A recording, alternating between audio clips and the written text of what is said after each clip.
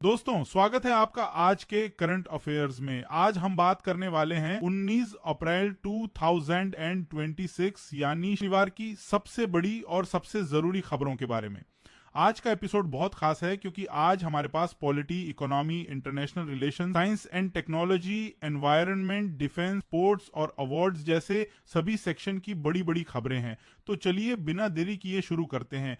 सबसे पहले बात करते हैं उस खबर की जो पूरे देश में सबसे ज्यादा चर्चा में रही। ये है कॉन्स्टिट्यूशन यानी संविधान का 131वां अमेंडमेंट बिल 2026, जिसे पॉपुलर तौर पर नारी शक्ति फास्ट ट्रैक भी कहा जा रहा था। यह बिल लोकसभा में पास नहीं हो सका और 18 अप्रैल 2026 को इसे डिफीट कर दिया गया। ये बहुत बड़ी बात है क्योंकि ये पहली बार हुआ है जब एनडीए यानी नेशनल डेमोक्रेटिक अलायंस की सरकार के दौरान कोई कॉन्स्टिट्यूशनल अमेंडमेंट बिल हारा हो। अब ये बिल था क्या? दरअसल इस बिल का मकसद था लोकसभा और राज्य विधानसभाओं में महिलाओं के लिए 33% आरक्षण को 2029 से लागू करना। साथ ही इसमें एक और बड़ा प्रस्ताव था कि डिलिमिटेशन के बाद लोकसभा की सीटें 543 से बढ़ाकर 816 कर दी जाएं। यह बिल आर्टिकल 368 के तहत स्पेशल मेजॉरिटी यानी 2/3 बहुमत मांगता था, लेकिन सरकार यह झूठा नहीं पाई। बैकग्राउंड की बात करें तो 106 कॉन्स्टिट्यूशनल अमेंडमेंट यानी नारी शक्ति वंदन अधिनियम 2023 पहले से ही महिलाओं के लिए लगभग 33% आरक्षण का प्रावधान करता था, लेकिन वो भी डिलिमिटेशन से लिंक्ड था। अब यह 131वां अमेंडमेंट उसे फास्ट ट्रैक करने की कोशिश था। बजट सेशन 28 जनवरी से 18 अप्रैल तक चला और इसे खासतौर पर 3 दिन के लिए बढ़ाया भी गया। 16 अप्रैल से 18 अप्रैल तक स्पेशल सिटिंग हुई, लेकिन बिल पास नहीं हो सका। 19 अप्रैल को दोनों सदन, लोकसभा और राज्यसभा साइन डाई यानी बिना किसी अगली तारीख के एडजर्न हो गए। इस सेशन में कुछ और बातें भी ध्यान देने वाली हैं। लोकसभा की प्रोडक्टिविटी रही 93% और राज्यसभा की 110%। इस सेशन में जन विश्वास amendment bill 2026, transgender persons amendment bill 2026 और central armed police forces bill 2026 जैसे बिल पास हुए। एक और ऐतिहासिक बात यह रही कि इस सेशन में पहली बार चीफ इलेक्शन कमिश्नर को हटाने का नोटिस आया, जिसे स्पीकर ने रिजेक्ट कर दिया, और पहली बार स्पीकर के खिलाफ मोशन आया जो हार गया। महिला आरक्षण की बात करें तो भारत की आबादी में महिलाएं 48.5% हैं, लेकिन लोकसभा में उनकी हिस्सेदारी केवल लगभग 15% है। नीति आयोग के डेटा से पता चलता है कि जहां महिला विधायकों की संख्या ज्यादा होती है वहां हेल्थ, एजुकेशन और सैनिटेशन पर ज्यादा खर्च होता है। रवांडा में 61%, आइसलैंड और स्वीडन में भी महिला राजनेताओं की बड़ी संख्या है और वहां एसडीजी यानी सस्टेनेबल डेवलपमेंट गोल्स के रिजल्ट भी बेहतर हैं। अब बात करते हैं एक और महत्वपूर्ण पॉलिटिकल डेवलपमेंट की। हरिवंश नारायण सिंह, जो मूलतः एक प्रसिद्ध पत्रकार और प्रभात खबर अखबार के एडिटर रहे हैं, उन्होंने तीसरी बार लगातार राज्यसभा के डेप्यूटी चेयरमैन का पद संभाला है। वो 2018 में पहली बार, 2020 में दूसरी बार और अब 2026 में 17 और 18 अप्रैल को अनअपोज्ड यानी निर्विरोध तीसरी बार इस पद पर चुने गए। यह उनकी सबसे बड़ी खासियत यह है कि वो राज्यसभा के पहले नॉमिनेटेड मेंबर हैं जो डेप्यूटी चेयरमैन बने। उनके इलेक्शन पर पीएम मोदी और अपोजिशन लीडर मल्लिकार्जुन खड़गे दोनों ने तारीफ की। इस सेशन के समापन पर एक और ऐतिहासिक पल आया जब पार्लियामेंट में वंदे मातरम के सभी 6 पद गाए गए, जो पहली बार हुआ। आर्टिकल 90 के उभाग 2 के तहत राज्यसभा के मेंबर डेप्यूटी चेयरमैन को चुनते हैं। आर्टिकल 64 के अनुसार वाइस प्रेसिडेंट राज्यसभा के एक्स ऑफिशियो चेयरमैन होते हैं। राज्यसभा के नॉमिनेटेड मेंबर आर्टिकल 80 के उपभाग 1 के तहत प्रेसिडेंट द्वारा आर्ट, साइंस, लिटरेचर और सोशल सर्विस में काम करने वाले लोगों में से नियुक्त किए जाते हैं। इसके साथ ही अब बात करते हैं इकोनॉमी सेक्शन की और पहली बड़ी खबर है रिजर्व बैंक ऑफ इंडिया यानी आरबीआई की। आरबीआई ने अपना नया medium term strategy framework launch किया है जिसका नाम है उत्कर्ष 2029। ये 2026 से 2029 तक का 3 साल का रोड मैप है। इसका पूर्ववर्ती यानी पहले वाला फ्रेमवर्क था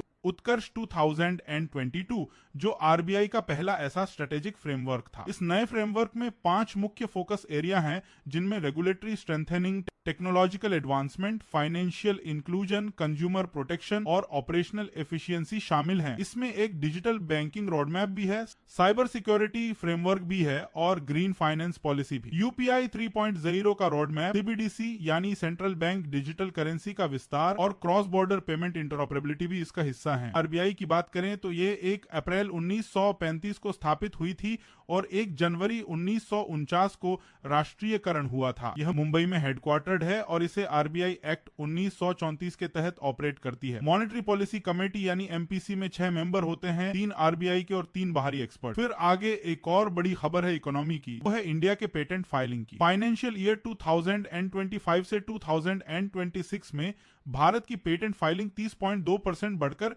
1,43,000 हो गई। यह एक ऐतिहासिक उच्चतम आंकड़ा है और इसके साथ ही भारत दुनिया का छठा सबसे बड़ा पेटेंट फाइलर बन गया है। इसमें सबसे आगे रहने वाले राज्य हैं तमिलनाडु, कर्नाटक और महाराष्ट्र। पेटेंट क्या होता है? पेटेंट एक एक्सक्लूसिव राइट है जो किसी इन्वेंशन के लिए दिया जाता है और यह फाइलिंग की तारीख से 20 साल तक चलता है। भारत में पेटेंट्स एक्ट 1970 के तहत पेटेंट दिए जाते हैं। इस एक्ट को 2005 में ट्रिप्स यानी trade related aspects of intellectual property rights agreement के अनुपालन में अमेंड किया गया था। इस एक्ट का सेक्शन 3D एवरग्रीनिंग रोकता है, जिसका मतलब है कि कोई कंपनी किसी पुरानी दवा में मामूली बदलाव करके नया पेटेंट नहीं ले सकती। सीजीपीडीडीएम यानी controller general of patent, designs and trademarks इन सब की देखरेख करता है। इसी के साथ साथ बात करते हैं आईएमएफ यानी इंटरनेशनल मॉनेटरी फंड की जीडीपी यानी ग्रॉस डोमेस्टिक प्रोडक्ट रैंकिंग की। आईएमएफ के ताजा वर्ल्ड इकोनॉमिक आउटलुक में भारत को नॉमिनल जीडीपी में छठे स्थान पर रखा गया है। यह खबर इसलिए महत्वपूर्ण है क्योंकि भारत का लक्ष्य 2025 में दुनिया की तीसरी सबसे बड़ी इकोनॉमी बनने का था। 2022 में भारत ने यूके यानी यूनाइटेड किंगडम को पीछे छोड़कर 5वां स्थान हासिल किया था, लेकिन अब ये छठे पर है। भारत से आगे हैं यूएसए यानी United states of America, China, Germany, Japan और एक और बड़ी इकोनॉमी। हालांकि आईएमएफ का ये भी कहना है कि भारत की जीडीपी ग्रोथ 2026 में लगभग 6.5% रहेगी, जो अभी भी दुनिया की सबसे ज्यादा ग्रोइंग मेजर इकोनॉमी में से एक है। पीपीपी यानी परचेजिंग पावर पैरिटी के आधार पर भारत पहले से ही दुनिया की तीसरी सबसे बड़ी इकोनॉमी है। विकसित भारत एट 2047 का विजन है कि भारत एक डेवलप्ड नेशन बने जहां प्रति व्यक्ति आय 12,000 अमेरिकी डॉलर से अधिक हो। अब आते हैं इंटरनेशनल रिलेशन यानी अंतर्राष्ट्रीय संबंधों पर। पहली बड़ी खबर है वाइस प्रेसिडेंट यानी उपराष्ट्रपति सीपी राधाकृष्णन की श्रीलंका यात्रा की। 19 अप्रैल 2026 को भारत के किसी उपराष्ट्रपति ने पहली बार श्रीलंका का दौरा किया। भारत और श्रीलंका दोनों के स्वतंत्रता के इतिहास में यह पहला ऐसा मौका है जब कोई भारतीय वाइस प्रेसिडेंट वहां गए। यह 2 दिवसीय यात्रा थी जिसमें इकोनॉमिक कोऑपरेशन, डिफेंस, कनेक्टिविटी और कल्चरल टाइज पर बातचीत हुई। श्रीलंका के साथ भारत के संबंधों की बात करें तो 2022 में जब श्रीलंका की इकोनॉमी कोलैप्स हुई थी, तब भारत ने लगभग 4 बिलियन अमेरिकी डॉलर की सहायता दी थी, जिसमें क्रेडिट लाइंस, करेंसी स्वैप और फ्यूल सप्लाई शामिल थी। कोलंबो पोर्ट सिटी जो एक बड़ा चाइनीज इन्वेस्टमेंट है, ये जियोपॉलिटिकल बैकग्राउंड बनाता है। श्रीलंका की कुछ जरूरी जानकारियां। भारत और श्रीलंका के बीच पाक स्ट्रेट है। एडम्स ब्रिज यानी राम सेतु दोनों के बीच एक शोल्स की चेन है। श्रीलंका की लेजिस्लेटिव कैपिटल है श्री जयवर्धनेपुरा कोट्टे, जबकि कमर्शियल कैपिटल है कोलंबो। भारत की neighbourhood first policy PM Modi के पहले कार्यकाल 2014 में आई थी। बिम्स्टेक यानी बे ऑफ बंगाल इनिशिएटिव और multi sectoral technical and economic cooperation में 7 देश हैं। अब आते हैं एक बहुत ही सेंसिटिव और महत्वपूर्ण इंटरनेशनल खबर पर। ईरान के इस्लामिक रिवोल्यूशनरी गार्ड कॉर्प्स यानी आईआरजीसी ने स्ट्रेट ऑफ होर्मुज में इंडिया बाउंड शिप्स को रोका और उन पर फायर भी किया। इसके जवाब में भारत ने ईरानी राजदूत को तलब किया यानी समन किया, जो एक फॉर्मल डिप्लोमेटिक प्रोटेस्ट है। स्ट्रेट ऑफ होर्मुज के बारे में जानना बहुत जरूरी है। यह पर्शियन गल्फ और अरेबियन सी को जोड़ता है। इसकी सबसे संकरी जगह पर चौड़ाई मात्र 33 किलोमीटर है। इससे हर दिन 17 से 20 मिलियन बैरल तेल गुजरता है, जो कि दुनिया के कुल तेल व्यापार का लगभग 21% है। भारत अपना लगभग 85% क्रूड ऑयल इंपोर्ट करता है और इसका बड़ा हिस्सा खाड़ी देशों से इसी रूट से आता है। इस घटना की गंभीरता इसलिए और बढ़ जाती है क्योंकि ट्रंप ने भी ईरान को उसके न्यूक्लियर डील को लेकर मिलिट्री स्ट्राइक्स की धमकी दी है, जिससे पूरे रीजन में तनाव बढ़ा है। भारत के लिए यह मुश्किल स्थिति है क्योंकि एक तरफ चाबहार पोर्ट है जो ईरान में भारत का सबसे बड़ा इन्वेस्टमेंट है और जो पाकिस्तान को बाईपास करते हुए सेंट्रल एशिया और अफगानिस्तान तक कनेक्टिविटी देता है। दूसरी तरफ एनर्जी सिक्योरिटी का सवाल है। भारत के स्ट्रेटेजिक पेट्रोलियम रिजर्व यानी एसपीआर की बात करें तो यह पडूर, मंगलुरु और विशाखापट्टनम में है। आईआरजीसी को अमेरिका ने टेररिस्ट ऑर्गेनाइजेशन घोषित किया है, लेकिन भारत ने ऐसा नहीं किया है। अनक्लॉस यानी United Nations convention on the law of the sea के तहत सभी देशों के जहाजों को इंटरनेशनल स्ट्रेट से गुजरने का अधिकार है, जिसे फ्रीडम ऑफ नेविगेशन कहते हैं। फिर उसके बाद बात करते हैं ब्रिक्स की। भारत 2026 में ब्रिक्स की प्रेसिडेंसी संभाले हुए है। भारत मई 2026 में BRICS foreign ministers meeting host करने वाला है। 18वां ब्रिक्स समिट सितंबर 2026 में भारत में होगा और पीएम मोदी इसकी अध्यक्षता करेंगे। रशियन प्रेसिडेंट पुतिन इस समिट में आने की पुष्टि कर चुके हैं। ब्रिक्स के बारे में जाने। ब्रिक्स की स्थापना 2009 में ब्रिक यानी ब्राजील, रशिया, इंडिया, चाइना के रूप में हुई और 2010 में साउथ अफ्रीका जुड़ा। 2024 में 5 नए देश जुड़े, जिनमें Egypt, Ethiopia, Iran, Saudi Arabia और यूएई शामिल हैं। ब्रिक्स देश मिलकर दुनिया की 42% आबादी और 30% जीडीपी का प्रतिनिधित्व करते हैं। ब्रिक्स न्यू डेवलपमेंट बैंक यानी एनडीबी शंघाई में है और इसके पहले प्रेसिडेंट भारत के केवी कामत थे। अब आते हैं डिफेंस और इंटरनेशनल रिलेशंस की एक और बड़ी खबर पर, जो है Australia Japan Mogami class frigate deal. Australia ने जापान से मोगामी क्लास स्टेल्थ फ्रिगेट्स खरीदने पर एग्रीमेंट किया है। ये फ्रिगेट्स मित्सुबिशी हेवी इंडस्ट्रीज द्वारा बनाए गए हैं और ये जापान की मैरीटाइम सेल्फ डिफेंस फोर्स के लिए एफएफएम यानी फ्रिगेट मल्टी मिशन वर्जन में बनाए जा रहे हैं। ये ships anti submarine, anti air और सर्विलांस मिशंस में सक्षम हैं और इनका स्टेल्थ डिजाइन है, यानी ये राडार पर आसानी से पकड़ में नहीं आते। यह डील इंडो पैसिफिक में चाइना के बढ़ते नेवल प्रेजेंस, खासतौर पर पीएलए यानी पीपल्स लिबरेशन आर्मी नेवी के जवाब में है। ऑस्ट्रेलिया और जापान दोनों ही क्वाड यानी क्वाड्रिलेटरल सिक्योरिटी डायलॉग के मेंबर हैं, जिसमें इंडिया और यूएसए भी हैं। क्वाड 2007 में बना था और 2017 में रिवाइव हुआ। इससे अलग है ऑकस यानी Australia UK USA submarine deal, जो 2021 में हुई थी। इसके साथ ही एक और बड़ी खबर है साउथ चाइना सी से। स्कैरबरो शोल को लेकर चाइना और फिलीपींस के बीच तनाव बढ़ा है। यह शोल फिलीपींस से लगभग 230 किलोमीटर दूर और चाइना से 900 किलोमीटर दूर है। इस पर चाइना, फिलीपींस और ताइवान तीनों अपना दावा करते हैं, लेकिन चाइना ने 2012 से इसे कंट्रोल कर रखा है। 2016 में परमानेंट कोर्ट ऑफ आर्बिट्रेशन ने, जो अनक्लॉज के तहत काम करती है, फैसला दिया कि साउथ चाइना सी में चाइना के ऐतिहासिक दावे का कोई कानूनी आधार नहीं है, लेकिन चाइना ने इस फैसले को मानने से इनकार कर दिया। अमेरिका का फिलीपींस के साथ म्यूचुअल डिफेंस ट्रीटी 1951 से है और उसने चाइना को फिलीपीनी जहाजों पर हमले के खिलाफ चेतावनी दी है। यह भारत के लिए भी इसलिए महत्वपूर्ण है क्योंकि साउथ चाइना सी से दुनिया का लगभग 50% शिपिंग ट्रेड वैल्यू के हिसाब से गुजरता है। भारत का ओएनजीसी विदेश यानी ओवरसीज नेचुरल गैस कॉरपोरेशन के वियतनाम में ऑयल ब्लॉक भी इस रीजन में है। अब चलते हैं साइंस एंड टेक्नोलॉजी सेक्शन की तरफ और पहली खबर है इंडिया के एआईजीजी यानी artificial intelligence governance and economic group की। ये भारत की शीर्ष एआई गवर्नेंस बॉडी है। ये एक high level inter ministerial body है जो पूरी सरकार में एआई के इस्तेमाल को अलाइन करती है। इसके चेयरपर्सन है minister of electronics and IT यानी माइटी और वाइस चेयर है minister of state for MeitY. इसके तहत एक एडवाइजरी बॉडी है technology and policy expert committee यानी टीपीएसी, जो ग्लोबल एआई ट्रेंड्स और रिस्क पर सलाह देती है। इसका फोकस है इनोवेशन, सेफ्टी, अकाउंटेबिलिटी और एथिकल एआई डिप्लॉयमेंट के बीच बैलेंस बनाना। इसे ईयू एआई एक्ट 2024 ओईसीडी यानी organisation for economic cooperation and development AI principles और G20 एआई प्रिंसिपल्स के साथ अलाइन किया गया है। भारत पहला नॉन ओईसीडी देश था जिसने 2019 में ओईसीडी एआई प्रिंसिपल्स अडॉप्ट किए। एआई के बारे में एक अनुमान है कि ये 2035 तक भारत की जीडीपी में 967 बिलियन अमेरिकी डॉलर जोड़ सकती है। यहाँ पर एक इंटरेस्टिंग चीज ये है कि इंडियन एक्सप्रेस का एडिटोरियल एआईजीजी की तुलना में गवर्नेंस थिएटर की बात करता है, यानी सिर्फ बॉडी बनाने से काम नहीं चलेगा,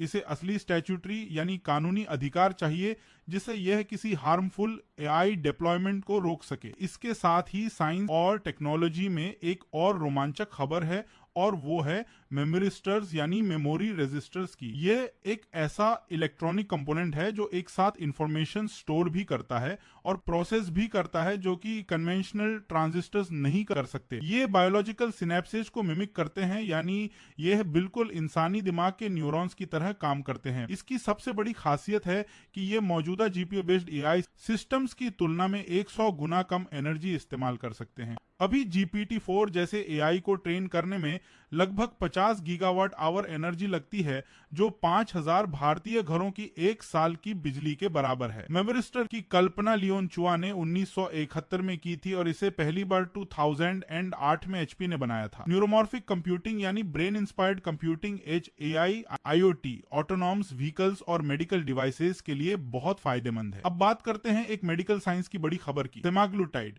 जो ओजेम्पिक और वेगोवी ब्रांड नाम से जानी जाती है, एक GLP-1 यानी glucagon like peptide 1 receptor agonist दवाई है। यह मूल रूप से टाइप 2 डायबिटीज के लिए बनाई गई थी, लेकिन इसका वेट लॉस में भी बहुत जबरदस्त असर पाया गया है। भारत के CDSCO यानी central drug standard control organisation ने इस दवाई के जेनेरिक ओरल वर्जन को अप्रूव किया है।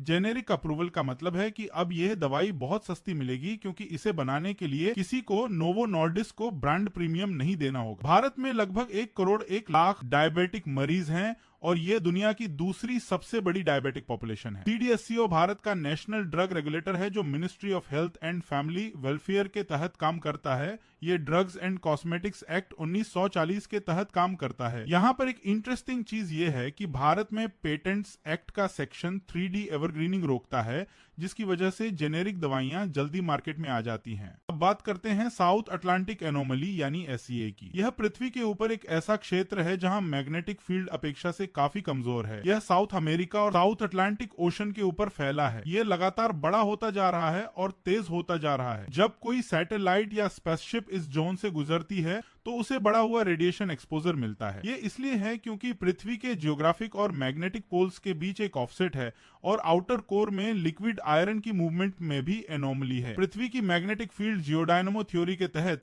आउटर कोर में मोल्टेन आयरन की मूवमेंट से बनती है। वॉन एलन रेडिएशन बेल्ट पृथ्वी के मैग्नेटिक फील्ड में ट्रैप्ड हाई एनर्जी पार्टिकल्स के 2 जोन हैं। पिछले 83 मिलियन साल में मैग्नेटिक पोल रिवर्सल लगभग 180 बार हो चुका है और आखिरी बार यह 7,80,000 साल पहले हुआ था। पृथ्वी की सतह पर रहने वाले इंसानों के लिए ऐसा ये फिलहाल सीधे खतरनाक नहीं है, क्योंकि एटमॉस्फेयर शील्डिंग देता है। अब आते हैं एनवायरनमेंट सेक्शन की सबसे बड़ी खबर पर, जो है AMOC यानी अटलांटिक मेरिडियनल ओवरटर्निंग सर्कुलेशन। इसे पृथ्वी का कन्वेयर बेल्ट भी कहा जाता है। यह एक थर्मोहेलाइन सर्कुलेशन है जो ट्रॉपिकल गर्म पानी को उत्तर की ओर यूरोप तक ले जाता है और यूरोप को गर्म रखता है। अब वैज्ञानिकों के पास मूरिंग अरे मेजरमेंट्स और ओशन बॉटम प्रेशर यानी OBP डेटा से यह सबूत है कि AMOC लगातार कमजोर हो रहा है और ये एक इरिवर्सिबल टिपिंग पॉइंट की तरफ जा रहा है। इसकी कमजोरी का 90% हिस्सा वेस्टर्न बाउंड्री सर्कुलेशन में बदलाव से जुड़ा है। कारण है ग्रीन हाउस गैसेस की बढ़ती मात्रा और ग्रीनलैंड की आइस शीट का पिघलना, जो समुद्र की सैलिनिटी कम कर देता है, जिससे पानी कम घना होता है और कम डाउनवेलिंग होती है। अगर AMOC कोलैप्स होता है तो 47 से 83 गीगाटन कार्बन डाइऑक्साइड अतिरिक्त वायुमंडल में छोड़ी जा सकती है। नॉर्दर्न रीजन यानी यूरोप और नॉर्थ अमेरिका लगभग 60 डिग्री सेल्सियस ठंडे हो सकते हैं, जबकि अंटार्कटिका 6 से 10 डिग्री सेल्सियस गर्म हो सकता है। भारत के लिए खास खतरा यह है कि AMOC कोलैप्स भारत की समर मानसून को कमजोर कर सकता है, जो सालाना वर्षा का 75% लाती है।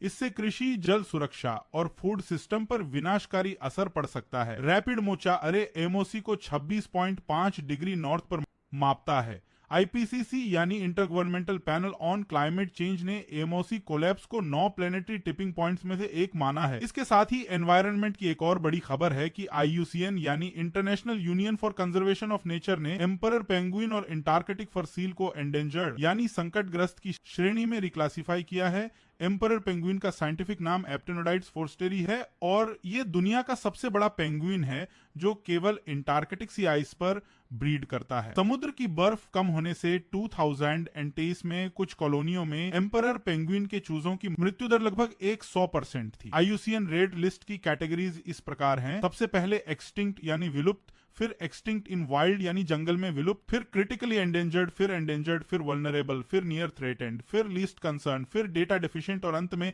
Not evaluated. IUCN का हेडक्वार्टर ग्लैंड स्विट्जरलैंड में है। अब बात करते हैं अवार्ड्स और स्पोर्ट्स की कुछ अहम खबरों की। टाइम मैगजीन ने 2026 का अपना 100 सबसे इन्फ्लुएंशियल पीपल का लिस्ट जारी किया है, जिसमें एक भारतीय अभिनेता को शामिल किया गया है। यह भारत के बढ़ते ग्लोबल सॉफ्ट पावर को दर्शाता है। टाइम मैगजीन की स्थापना 1923 में हुई थी और टाइम 100 सूची 1999 में शुरू हुई थी। वर्ल्ड इकोनॉमिक फोरम यानी WEF यंग ग्लोबल लीडर 2026 की भी घोषणा हुई। यूरोपियन गर्ल्स मैथमेटिकल ओलंपियाड यानी EGMO 2026 में भारत की श्रेया शांतानुमुधन ने गोल्ड मेडल जीता। EGMO एक सालाना कंपटीशन है जो 2012 में शुरू हुआ था। शूटिंग की बात करें तो ग्रानाडा में हुए ISSF यानी international shooting sport federation world cup 2026 में भारत ने टीम पिस्टल इवेंट में गोल्ड मेडल जीता। ISSF वर्ल्ड कॉम्पिटिटिव शूटिंग का गवर्निंग बॉडी है। National rifle association of India यानी NRAI भारत में शूटिंग का नेशनल गवर्निंग बॉडी है। और एक बेहद गर्व करने वाली खबर है चेस की। Indian grand master R Vaishali ने साइप्रस में हुआ FIDE यानी federation international des HX women's candidate tournament 2026 जीता। उन्होंने 14 राउंड्स में 8.5 अंक हासिल किए और आखिरी राउंड में रशिया की कतेरिना लागनो को हराया। इस जीत के साथ वैशाली ने वुमेन्स वर्ल्ड चेस चैंपियनशिप के लिए चैलेंजर का दर्जा हासिल किया। वैशाली की उम्र 24 साल है और उन्होंने 2024 में ग्रैंड मास्टर का खिताब हासिल किया था। उनका पूरा नाम है वैशाली रमेश बाबू और सबसे खास बात यह है कि उनके भाई डी गुकेश 2024 में वर्ल्ड चेस चैंपियन बने थे। एक ही परिवार में दो वर्ल्ड क्लास चेस प्लेयर्स का होना वाकई असाधारण उपलब्धि है। FIDE की स्थापना 1924 में हुई और इसका हेडक्वार्टर लॉसान स्विट्जरलैंड में है। फिर आगे इंटरनेशनल न्यूज में बेनिन के राष्ट्रपति चुनाव में रोमुआल्ड वादाग्नी की जीत हुई। बेनिन वेस्ट अफ्रीका में स्थित है। इसकी ऑफिशियल कैपिटल पोर्तो नोवो है, जबकि सबसे बड़ा शहर और सरकार का केंद्र कोटोनू है। ऐतिहासिक रूप से यह डोहमी किंगडम के नाम से जाना जाता था। बेनिन की ऑफिशियल लैंग्वेज फ्रेंच है और मुद्रा है CFA फ्रैंक। यह इकोवास यानी economic community of West African states और अफ्रीकन यूनियन का मेंबर है। एक जरूरी बात कि बेनिन नाइजीरिया में स्थित बेनिन सिटी से अलग देश है। यह परीक्षाओं में अक्सर गलत फहमी का कारण बनता है। अब आते हैं एनवायरनमेंट की एक और खबर पर। कर्नाटक के उत्तर कन्नड़ जिले में स्थित याना केव्स को national Jio heritage site of national importance घोषित किया गया है। ये वेस्टर्न घाट्स में स्थित है और काले लाइमस्टोन यानी चूना पत्थर की अनूठी कास्ट रॉक फॉर्मेशन के लिए प्रसिद्ध हैं। यहाँ की दो प्रमुख चट्टानें हैं, भैरवेश्वर शिखर और Mohini Shikhar. Western ghats UNESCO world heritage site है जो 2012 में घोषित हुई। जियोलॉजिकल सर्वे ऑफ इंडिया यानी GSI geo heritage sites declare करती है। GSI की स्थापना 1951 में हुई थी और ये भारत की सबसे पुरानी साइंटिफिक संस्थाओं में से एक है। कास्ट टोपोग्राफी वो लैंडस्केप है जो लाइमस्टोन जैसे घुलनशील पत्थरों के कटाव से बनता है, जिसमें गुफाएं, सिंकहोल आदि होते हैं। और अंत में बात करते हैं एक बेहद जरूरी स्कीम की जो है प्रोजेक्ट संजीवनी। यह नेशनल हाईवेज पर इंटीग्रेटेड ट्रॉमा केयर के लिए लॉन्च किया गया है। इसका मकसद है रोड एक्सीडेंट के बाद गोल्डन आवर यानी पहले 60 मिनट में तुरंत मेडिकल हेल्प पहुंचाकर मौतों को कम करना। भारत में हर साल लगभग 1,60,000 लोग रोड एक्सीडेंट में मारे जाते हैं और यह दुनिया की सबसे ज्यादा रोड एक्सीडेंट डेथ रेट्स में से एक है। यह project ambulance response trauma centre और टेलीमेडिसिन को इंटीग्रेट करता है। मोटर व्हीकल्स अमेंडमेंट एक्ट 2019 के तहत इसे लाया गया है।